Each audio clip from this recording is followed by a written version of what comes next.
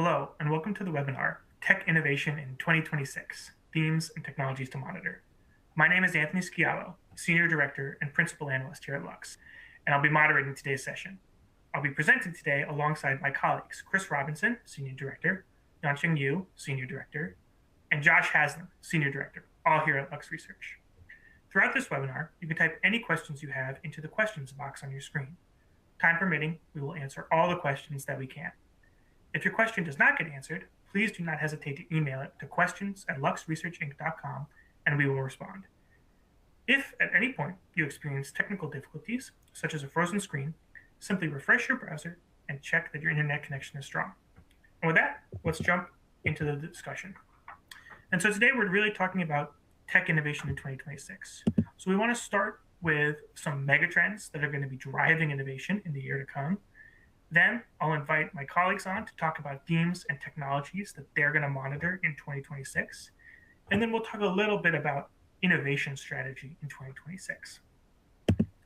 But our first megatrend is AI, and really the uncertainty around AI.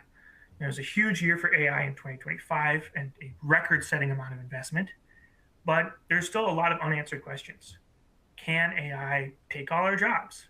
Will AI CapEx spending turn out to be a major bubble? And will that bubble pop this year? And what does the adoption of AI mean for innovation in particular? There is a lot of hype around this and a lot of uncertainty. And that uncertainty is, I think, still making companies a little bit cautious and a little bit hesitant to fully commit to AI within innovation.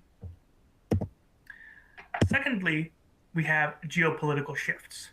Now, of course, the White House and Donald Trump's presidency really dominated the headlines this year, or I should say in 2025 with tariffs. But I think it would be a mistake just to focus on the US. This is really a global story.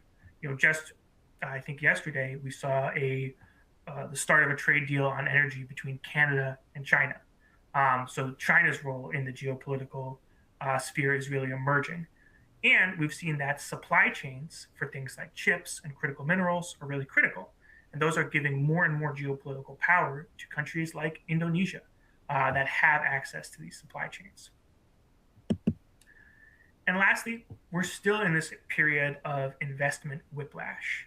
There was this big boom a few years ago in the COVID era. There's been this huge pullback from that. And now we're in this environment where with the tariffs, corporations pulled all the way back on investment. We've heard of whole CVC portfolios being sold off. And on the flip side, you have certain sectors of the economy like AI, where investment is super, super hot. So it's a really challenging environment to navigate. And this is going to continue to be the case, we think, in 2026. But I want to get a bit more specific, looking at some of the key areas we cover. And so I'm going to invite my colleagues now to join me. And first, my colleague, Chris Robinson. Chris, go ahead. Yeah, thank you very much, Anthony. So as we take a look and start thinking about the oil and gas sector, what are they likely to experience in 2026 and beyond, there are a few different themes that we could discuss here. Volatility is actually one we considered because it certainly does feel like the pace of change is accelerating, whether we're talking about shifts in technology adoption or the emergence of new technologies like ChatGPT or the policy environment. As we've noted here in the US, removal of IRA subsidies had a pretty dramatic impact. But I think the better word is really resiliency. So I think that's how oil and gas companies can and should be responding to volatility. Now, when we talk about resilience here, we're talking about the ability to, as we say, anticipate, withstand, and recover from external shocks. And again, there's a lot of external shocks. We could mention the policy and tech developments I had just mentioned a moment ago. We also have things like a pandemic, extreme weather events, or even technology failures, like the blackouts in Spain and Portugal last year. They're all the types of shocks that we're seeing that oil and gas companies need to be able to prepare to withstand. And mentally, this is really switching from offense to defense. We saw the climate tech bubble. There was very much a fear of missing out. It was an opportunity-driven environment where it was fear of missing out on a potential opportunity. Today, it's really more about defending the core business and making sure that it is resilient to the range of events that could be expected to see. So really it's focusing on solutions that have a near-term ROI and don't rely on external subsidies or external factors to be successful, to be adopted. Now, when we think about which technologies are going to see a boost, I think CCUS, I should say, is really an easy one to call out. We consider it to be quite resilient. On one hand, you could look at any range of IEA scenarios or energy outlook scenarios, and carbon capture is within most of those. But I think, crucially, it's also something that is revenue generating from the perspective of an oil and gas company. If you produce a gallon of e-fuel, you're maybe replacing a gallon of a fuel you're already making. But really, the solutions we're talking about here are going to other organizations, capturing, managing, and ultimately, sequestering, others' emissions. And it's something that has been fairly resilient to some of the policy changes, things like some of the tax credits required to make the economics of capture and sequestration work have actually been quite resilient to some of the changes that have been made. So I'd say specifically watch for innovations related to point source and sequestration. And it doesn't have to be only large companies building projects. There are innovation opportunities out there, as we highlight here with Ion Clean Energy. They're developing a solvent system. They're going after a point source, really focused on modularity to help reduce costs. So there are innovations focused on reducing costs on a more near-term basis as well. Now, switching gears to think about maybe the other side of the energy industry, thinking about electrons and how electric utilities are going to be developing their innovation programs in 2026 and beyond. Again, I think there is some debate as to what we could put here. And it's a bit harder in 2026 to pick a theme because I think we've seen increased regional fragmentation. That is, the challenges that you're seeing in Asia don't necessarily match the challenges you're seeing in Europe versus North America. But the one term that felt like it really bubbled to the surface in 2025, and I think is going to continue to be experienced across all regions, is affordability, managing the costs of operating the grid as a network. Costs are rising, particularly in North America, Europe, as well as parts of Australia. And how are utilities going to respond and manage costs to keep low for consumers is going to be the number one innovation challenge they face. And in response, I think it's going to be flexibility. That's going to be the solution set that utilities really need to tap into to help manage keeping costs low over time. So when we think about a technology theme, again, I think the overarching theme will be how do we get more out of existing infrastructure? And I think T&D networks have really not experienced the level of investment they need to remain sufficient as we think about the grid of the future. So we've called out smart wires here, developing advanced power flow controllers. They've had a nice uptick in momentum with a really important deal with Georgia Power towards the end of last year. I think you're going to see more and more solutions like this that are focused on how do you operate the existing network to extract more from it. So think similar technologies like dynamic line ratings as well, really poised, mature from a technology perspective, and have some of the policy and market tailwinds behind them finally. So with that, I can hand over to my colleague Yuan-Shen Yu. Thanks, Chris. So shifting gears to the chemical sector, I think it's safe to say times haven't been really great for the industry, going through a down cycle. However, some of the initial data from 2025 might indicate we've reached the bottom and things could turn around. So during this period, of course, performance was really the key theme for the industry. And that's performance at all levels. Financially, of course, ongoing political tensions, regulatory uncertainties have paralyzed decision-making, and combine that with weakened demand and global overcapacities, that's been reshaping sort of the value chain dynamics of the industry that have stood for decades. So financial performance has been driven by organizational restructuring, operational streamlining, and of course, cost-saving initiatives. And you have product performance. The industry is really looking to its core portfolio and aiming to tap into any growth opportunity that they can find for existing products in the near term. And the timelines for those are shortening more and more, and performance is measured just as much as in speed, as much as the opportunity itself. And then lastly, there's innovation. With the need for those accelerated timelines, innovation performance is also top of mind. We're seeing companies adopt AI tools and automation to accelerate their R&D process. And while R&D and innovation have fallen victim to a lot of the cutbacks in recent years, innovation performance is actually the most critical ones out of these three. Ultimately, innovation is the most reliable driver for long-term resilience in this industry, and it builds the resilience for companies going into these down cycles, and also it helps accelerate recovery coming out.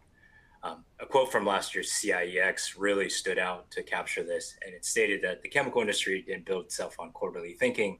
It was built on patient capital and long-term R&D investments, something we're going to see turn the tide in 2026. And when it comes to accelerating innovation performance, material informatics is definitely one top of mind for us this year. This is a technology Lux has covered dating back over a decade, but it's really going through a renaissance moment given by the recent AI boom. It actually jumped 31 spots on our Lux innovation radar in the last update. However, it's no silver bullet. And while there's been a surge of generative AI design and automation in 2025 that brought a lot of excitement and, of course, funding, the results really haven't matched the hype. Models are getting smarter. For example, Noble AI here on the screen highlighted develops a science-informed machine learning platform to accelerate formulation optimization. And several chemicals and materials companies are embedding material informatics into their R&D workflow, but the true commercial impact has yet to be achieved due to things like insufficient data and, of course, integration challenges. Materials informatics is certainly an accelerator and should be viewed as such, but it's not a shortcut. The advantage will really come from those who are able to integrate all the pieces from modeling, automation, experimentation, and validation to really change the current just proof of concept demonstrations into real commercial value. But on the flip side, for the industrial sector, momentum is really the theme. Despite all that is going on, the industrial sector has fared relatively well during these turbulent times. Sector has benefited from clear investment themes, healthy financials, and a strong backlog of projects and orders. Of course, those macroeconomic uncertainties continue to loom, but it's mostly impacting the timing of how this sector proceeds across a wide range of areas of technologies, innovations, and less so which direction it will go, as the sector really waits out all this trade and policy turmoil. So a big part of 2026 is really going to be capitalizing on this momentum, on the strong base that's been formed in recent years. For example, Eaton's $9.5 billion acquisition of Boyd Thermo that merges a power management business with a liquid cooling system creates an end-to-end data center infrastructure portfolio that elevates Eaton's position in the data center infrastructure market. And time again, the industrial sector have made moves like this and have shown that innovation is the catalyst that turns this momentum into transformation. While innovations for the core business will remain a priority, we do expect in 2026 more scouting for breakthrough or completely adjacent technologies that can play a role in expanding product offerings and solutions for these companies. And it's these companies that parlay the positives of today are the ones that reap the benefits of tomorrow, rather than sort of taking a defensive posturing or sort of resting on the spoils. Especially important in these days and times because it's harder for us to know if tomorrow ahead is going to be bad or good. As for a technology to watch, critical minerals extraction is certainly very high of interest in 2026. We saw the headlines and the political posturing throughout 2025, and this global race for raw materials has evolved from sort of just routine supply chain management into a key driver of economic growth and national security. Once viewed as a stable commodity, these are now strategic bargaining chips in geopolitical negotiations. So with governments prioritizing building resilient domestic supply chains, it's also driving a wave of innovation in critical minerals extraction technologies. Lithium, copper, cobalt, they gained a lot of attention in years prior. And of course, last year, rare earth elements was sort of the belle of the ball. And it will likely be a key focus area for industrial companies in 2026, especially as companies need to now be ready to adjust their supply chain strategies with technology and innovation. Cyclic Materials here is a startup to watch in 2026 as it moves from pilot to commercial deployment of its rare earth and copper recycling technology from end-of-life products. And it's these technologies that will help carve out a role in the critical mineral supply chain by simply defending against sort of existing threats, but also positioning a lot of innovative technologies as an integral part of unlocking that supply chain. And with that, I'll pass it over to my colleague, Josh Hoslin. Yeah, thanks, Yer. So as we jump into the agri-food and associated health industries, what we had coming into this year is a industry really focusing on shifting to constraint-driven formulation away from development of novelty and first-of-kind kind of approaches. Most of those have stalled, and we can look at everything from cell-based meat to vertical agriculture, among others. So that's been the major shift. And why is that happening? It's happening because we had a lot of consolidation last year and reprioritization towards a lot of different areas. And one of those has been a focus on health. And we see that with a need now for compliance-ready solutions for problem ingredients. And that doesn't just focus on single ingredients, but it's also about biologicals, fermentation, things like this. And a lot of these have transitioned from novelty, for one, to actual scalable needs there. But the importance, again, is back towards constraint-driven formulation. We're thinking about efficiency, evidence evaluation, for instance, Danone working to now evaluate its fermentation capabilities for gut health. So, it's not about discovery so much anymore. That's not the clear bottleneck. It's about transitioning these scaled opportunities to market critical challenges and then finding solutions for those. A good example, for instance, is creatine as the new frontier in functional health. OptiCreatine recently developed an innovation in 2025 for an effervescent dosage system that creates clear, soluble, ready to drink products. And that is a big change. So, things like that are going to come. These are purpose-built innovations for strong markets. They're going to be highly competitive, though, to work with. So you're probably going to need to expand the scope and search, broadly for other technologies. And when you think about that, I think ingredient functionality modeling really comes to mind. Which we want to do, right, is avoid risks in our portfolios. We want to bolster product quality. And as you pointed out, you pointed out, AI creates a second renaissance for a lot of these things, particularly process optimization and formulation. So as you think about these, though, you got to be willing to explore pilots. This is really important. And as we've written about AI, as you do that, the important caveat is protect your IP. We don't want your IP to get caught up with the AI developer. You want to be able to have access to it, but that doesn't mean you shouldn't be testing and working with these groups that have developed functionality modeling. So companies like Grange.ai, for instance, which are helping to create multi-objective optimization criteria for things like baking, using Pareto Frontiers. A very interesting company and a company to watch as a good example. So, as you think about moving beyond, note that, pharma, cosmetics have really seen great moves into functionality modeling, particularly when it comes to things like solubility. So, as I said, don't just look to your industry at large. You should really need to look a little bit broader here, especially when it comes to simulations for optimization. What you shouldn't expect, however, is deep mechanistic modeling of your different food matrices quite yet. Now, stepping back a little bit, I also want to get into the health sector. We're releasing a medical device and diagnostics program this year, and a big theme for that is diagnosis. When we think about this, what we're talking about is creating closed-loop health systems, particularly when it comes to early triage, self-management simplification, these things that are required to help direct clinician time more efficiently so they can focus on the human needs that matter most in these complex decision-making scenarios.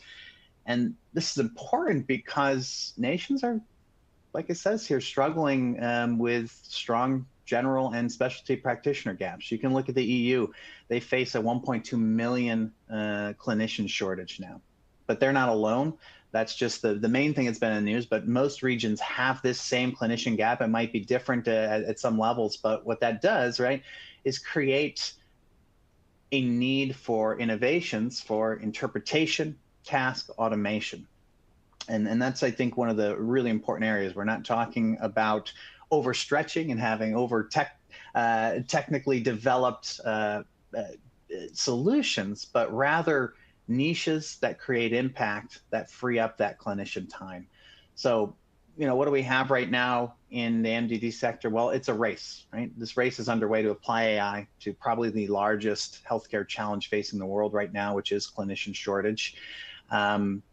The challenge is identifying and prioritizing the tasks that are going to free resources for these complex human decisions and create, right, demand for your product. And the question then is, what does that look like? Well, as we think about AI-driven diagnostics in particular, as I said, a lot of things are coming together to make the time right. We have technology readiness, we have policy, and we have needs. They're all aligned, as I just pointed out. And we're even seeing an intensification from piloting to whole-scale use in hospital sectors. So this is really important. And where is that being applied the most? As I pointed out, it's largely being utilized for those triage moments, those moments that rely on interpretation to make very explicit decisions of care or not care. And those are the things that typically create bottlenecks for care and bottlenecks that result in poor outcomes for patients. So you really want to focus also on these high acuity, so high risk patients and highly repetitive use cases and tasks that provide the best direct time and cost reduction. So what's a good example here? We had the UK National Health Services working with a company called Brainomix AI. And Brainomix AI develops this stroke platform, so particularly for acute ischemic stroke or brain clots. And what you want to do is have rapid action in this, so high acuity issues. And delays really are typically caused, I should say, by slow interpretation and procedure eligibility assessment, so this interpretation bit. But using Brainomix's AI system, this group here, UK NHS, the National Health Service, is able to reduce time for door in, door out by 64 minutes per patient. And they were also able to double the number of endovascular thrombectomy rates, so that actual procedure that comes after you've made the recommendation. And what that resulted in was an improved functional independence, 16 to 46%. So we're talking about really big changes, really big impacts that are resulting from this, but you need the right niche. So again, implementation of AI for interpretation of high acuity is spot on. It really aligns with the needs here. But if you want this to really succeed, you can see that this AI was embedded in sort of transfer, eligibility workshops, all of that required to drive impact. So this is where we're looking at today as a major area of innovation for MDD. Back to you, Anthony. All right, Josh, thank you so much. And thanks to all of my colleagues for their themes. I now want to talk a little bit about innovation strategy as we get to wrapping up this presentation. And I want to use a tool at Lux that we've been using for a long time, and that's our Lux Tech Signal. This is our analysis of innovation data, and it really represents a combined benchmark of innovation activity. We combine data from patents, papers, VC funding, government funding, as well as a number of our own proprietary data sources into this combined benchmark. And what really speaks to me here about the tech signal is the shape and the timing and the inflection points of the signal. You can see on the right here, we have this signal where you have a clear inflection point in 2013 where things started to really pick up, and then an inflection point in 2018 where innovation activity started to level out. So keep those ideas on inflection points in mind as we go into our this analysis. First, we're going to look at the rising and falling, the change in the tech signal. We're going to compare for all these technologies, the change in the tech signal 2022 through 2024 with the change in the tech signal in 2025. I should say this is the average change in the tech signal, not the cumulative change. So when you look at these technologies, overwhelmingly, they've all had a big year in 2025, with the exception of CCUS, which had a really strong 2022 to 2024 period, but has seen slower momentum in the past year. All the other technologies we talked about today, power regulation, materials informatics, critical minerals, ingredient functionality, AI-driven diagnostics, these are all technologies that have big spikes in 2025 in terms of that innovation activity. So there's a clear uptick here. There's a clear signal. That signals that we're entering a new phase of development. But what phase of development are we actually entering? And where are these technologies? We think about technology development in terms of these three phases of discover, dabble, and deploy. Where in discovery, you are still really in that sort of modeling mechanism, understanding the core mechanism. In that second phase of dabble, you're thinking about the limits, you're tinkering, you're thinking about applications, you're creating guidelines, you're actually trying to put this technology into practice. And then in deploying, you've actually scaled the application, you're building production capacity, you're extending the limits, and you're optimizing. I think where we are right now with all these technologies is we're clearly past the discovery phase. You can see that a lot of these started trending up around that 2016, 2017 timeframe. Some of them have been developed for a lot longer, but I think it's pretty clear we're past the discovery phase. I think for most of these, we're still in that dabbling phase, and we're just now maybe beginning to turn into the start that deployment phase. But if your organization is considering these technologies, if you don't already have a big set of skills, a big set of resources with these technologies, then you very much need to think about dabbling. You need to be experimenting, you need to be trying things out, you need to be understanding how these technologies work in practice. Materials informatics is a great example of this. It's technology that has a very powerful capability to accelerate innovation, but it really requires a whole workflow in order to support it. If you don't know what that workflow is, or you don't have that workflow, you're going to run into challenges as you deploy. And that's true of any of these technologies. The technology itself is just the beginning. So, as you think about the year ahead, we encourage you to keep these three things in mind. First, it's time to get back to innovation, right? We talked a little bit at the beginning. There's something of a lower risk appetite. Companies were pulling back on innovation in 2025 due to all this uncertainty, whether it's tariffs or AI or anything else. But now we're getting ready for this new normal. And companies need to get back to innovation and investing in innovation and committing to innovation. And I think that can look a couple different ways depending on who you are and where your organization is. One way it can look is like a hunt for deals, right? There are a lot of startups, a lot of companies out there with good IP and few options. You can take your time, you can be targeted, and you can find companies where that IP is a match for your long-term strategic plan, and you can secure that at a lower cost, right? Sometimes even pennies on the dollar. So if you're serious about hunting for deals, this is a good time to do that. But you still need to dabble. And I think it's very important for innovation leaders to defend their right to dabble, to advocate up to their executives and say, look, if we don't experiment, if we don't try things, if we don't make some mistakes, get a little bit messy, we're not going to be able to do innovation successfully. Because ultimately, the corporate leaders are still innovating. Your peers and your competitors are still trying to move ahead. And so if your company is not yet committed or has pulled back from its commitment to innovation, ultimately, over the next 3 to 5 years, you're going to end up behind. So you need to be dabbling with these technologies, especially the ones that we highlighted that are at the end of that dabbling phase and are beginning to transition into that deployment phase. It's crucial that you know how to deploy them and you have that experience before you try and jump into scale. And so with that, I would like to say thank you. We will now be taking questions that you have on this webinar, and you can type those into the questions box. If you do not get to your question on this call, someone at Lux will be in touch after the webinar. So my colleagues have joined me back. We have a couple questions coming in.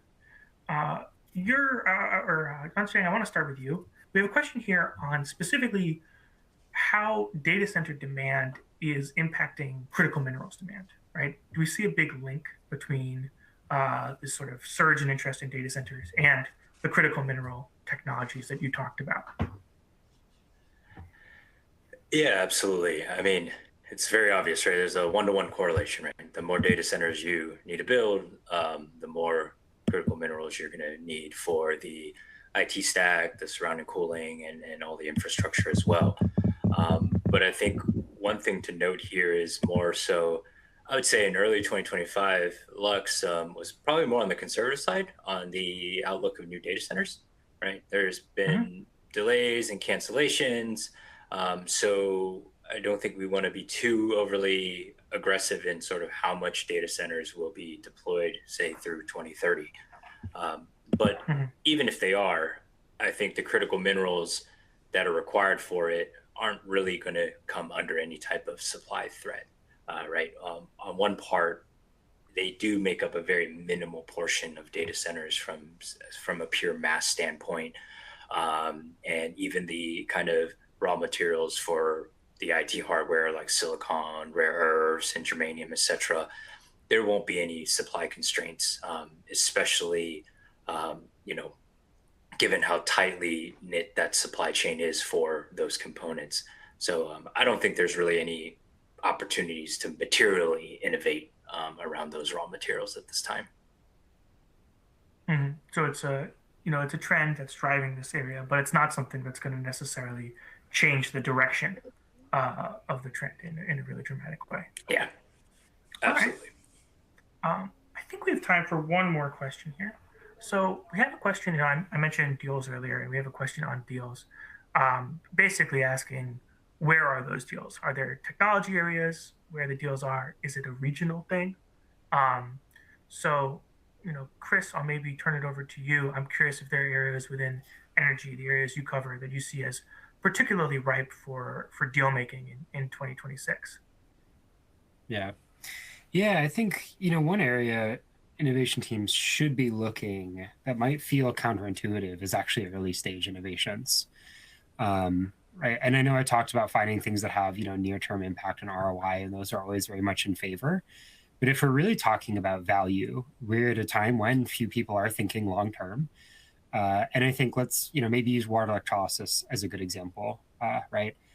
Now is not the time to be investing in like PEM or alkaline fuel cell, it very heavily, temper those investments. But I think relatively few people are thinking about what might come beyond water electrolysis, thermochemical water splitting, for example, right? There are earlier stage technologies that right now essentially have no hype. And I think it might be a good idea to take some bets on some of those early stage companies, because again, as you noted, it's the value. Its valuations are low, prices are low. Very few people are looking for these as actively as they were 3 or 4 years ago. Thanks, Chris. Josh, anything come to mind when you hear us talk about deals? Yeah, I mean, I think I brought this up before. We've had this big shift in agri-food health, in particular, away from, to be honest, first of a kind innovations. Most of them haven't succeeded. We have a couple little niche areas for those areas, and as I pointed out, there is a focus on scale, and I'll be very curious if particular this year we see that focus, let's say particularly in APAC, as they think about scaling a lot of different opportunities, everything from looking to scale traditional medicine and bring that farther to the West. But what are the challenges there? What do you need to invest in? It comes back to some of the things I brought up before. Functionality modeling, right? These are the areas for technology that are going to be the drivers of change. And to your point, Anthony, before, it is still time to dabble. Yes, there's risks in protecting IP, but as long as you go into those optimization style partnerships, I think IP is a little bit less of a risk because you're trying to identify optimization versus actually identifying, discovering something that another company might share IP with. So really looking for the venture community to begin to think about some of these enabling technologies and tying them right to scalable outcomes, particularly when it comes, I think, to agri-food and health. MDD, a little less, a lot of activity everywhere, and to point before, a lot of impact. And so that's a very different, right? It's about deploying and just finding the right niche to deploy there. So slightly different scenario. All right. Thanks, Josh. And thanks to all of my colleagues for joining me today. And thanks to everyone in the audience. That's going to conclude our webinar for today. The slide presentation and recording from this webinar will be sent to all attendees via email. After leaving the webinar, you're going to be prompted to complete a survey about today's presentation. We really appreciate any feedback that you may have. This helps us inform and improve our future webinars. Thanks so much for joining us, and have a great day.